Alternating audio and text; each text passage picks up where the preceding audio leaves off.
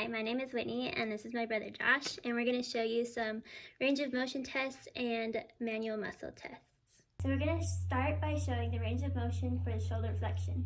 So I'm going to have my brother lie supine on the floor. So could you please lie on your back?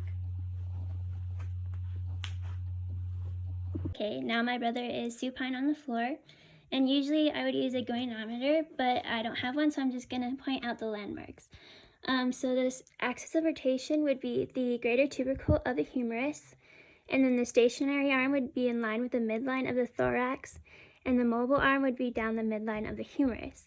So I'm going to have my brother lift his arm up over his head. So lift your arm.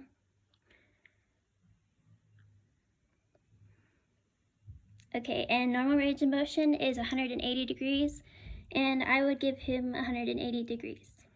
The next range of motion test we're going to perform is knee flexion, so I'm going to have my brother lie supine on the floor again. Now that my brother is supine on the floor, I'm going to have him flex his hip and bring his knee into maximum flexion. So the axis of rotation is the lateral epicondyle of the femur.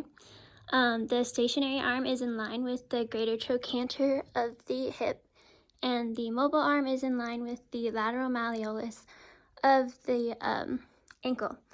Normal range of motion is 140 degrees, and I would say he's about 140 degrees. Now we're going to show the range of motion for cervical side bending.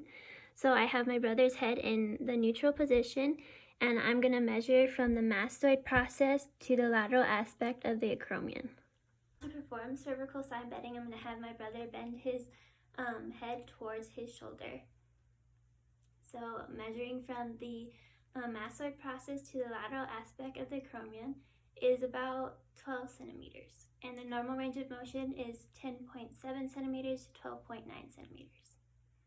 Next, we're going to show you some manual muscle tests. The first test we're going to show you is for the biceps brachii.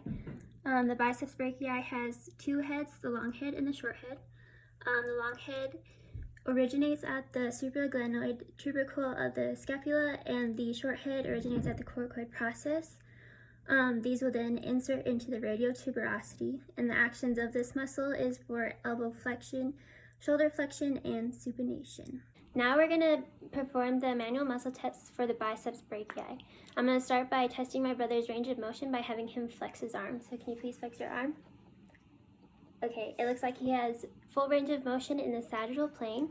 Now I'm going to palpate the biceps brachii, which is this muscle right here. Now I'm going to have my brother place his arm at 90 degrees flexion with his arm supinated, okay? And I'm going to place one arm here and one arm at the distal, radial, and ulna, and then I'm going to apply resistance down and have him resist against me. Alright, I would give him a 5 rating. The next manual muscle test we're going to perform is for the biceps femoris. The biceps femoris also has a long head and the short head. The long head originates at the ischial and the short head originates at the linea aspera of the posterior distal shaft of the femur. And these muscles will insert into the head of the fibula at the lateral condyle of the tibia. And the action of these muscles is hip flexion, knee flexion, and external rotation. Okay, to perform the manual muscle test for the biceps femoris, I'm going to start by having my brother lie prone as he is. And then I'm going to have him bring his knee into flexion. So flex your knee to test the range of motion. It looks like he has full range of motion in the sagittal plane. Now I'm going to show the palpation of the biceps femoris, which is back here in the hamstrings. And okay, now I'm going to have my brother flex his knee to just under 90 degrees. Now that he is flexed to just under 90 degrees, I'm going to have him externally rotate his leg, and then I'm going to grab his ankle and apply resistance downward, and he's going to resist me. So resist me. Alright, I would give him a grade 5. The final manual muscle test we're going to perform is for the obliques. There's the internal and external obliques. The external obliques originate at the ribs 12 through 4, and insert into the linea alba, the pubic crest, the ASIS, and the iliac crest, and their function is to laterally flex and bend the trunk.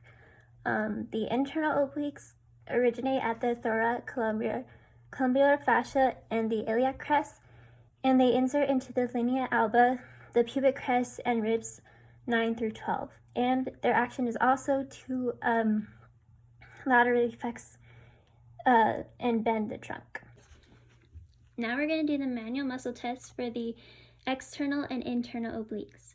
I'm going to start by having my brother put his hands behind his head, and then I'm going to palpate the external obliques, which are right here. And then I'm going to have my brother bring his right elbow to his left knee.